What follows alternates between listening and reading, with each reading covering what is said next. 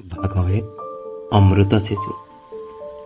ଶିଶୁ ସଂସାର ରୂପକ ଫୁଲ ବଗିଚାର ଏକ ଦରଫୁଟା କଢ଼ି, ନୂଆ ସକାଳର କଅଁଳ କିରଣ, ପରିବର୍ତ୍ତନର ଏକ ଧାରା ଓ ଅମୃତର ବାର୍ତ୍ତାବହ।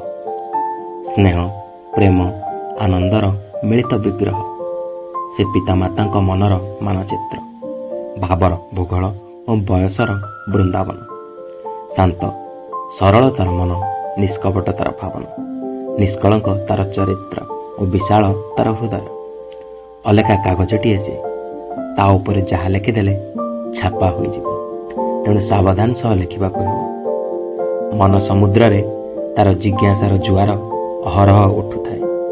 ତାର ସମାଧାନ ପାଇଁ ସେ ଝଡ଼ ଭଳି ସବୁ କିଛି ଘାଣ୍ଟି ପକାଏ, ପ୍ରଶ୍ନରେ ପୋତି ପକାଏ ନିଜ ଲୋକଙ୍କୁ। ଏଉଠୁ ଆରମ୍ଭ ହୁଏ ତାର ଶିକ୍ଷା। ସେ ସବୁକିଛି ଶୁଣି ଚାଲେ ଓ ତାକୁ ଅନୁକରଣ କରିବା ଆରମ୍ଭ କରିଦିଏ।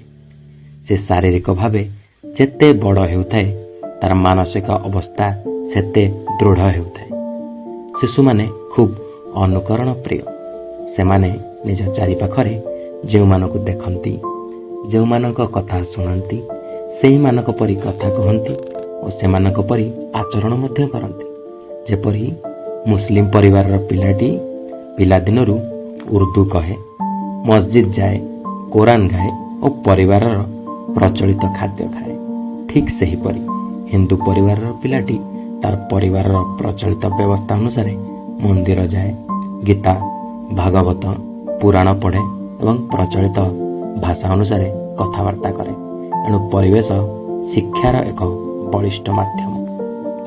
ପ୍ରତ୍ୟେକ ଶିଶୁ ମଧ୍ୟରେ ଏକ ବିରାଟ ସମ୍ଭାବନା ଲୁଚି ରହିଥାଏ।